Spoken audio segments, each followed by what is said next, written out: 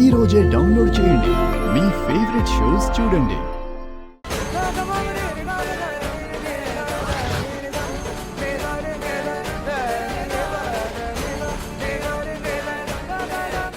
డబ్బులు తిరిగి చెల్లించకపోతే తాతయ్యను పోలీసులు అరెస్ట్ చేస్తారు.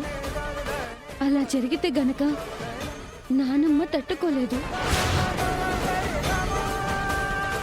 ఆ డబ్బు ఎక్కడుందో, ఎవరి దగ్గరుందో నాకు తెలిసేలా చెయ్యి.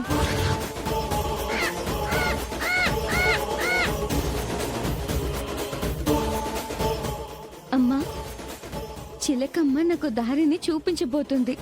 ఇదంతా నీదే. నేను చిలకమ్మతో బయలుదేరుతానమ్మా.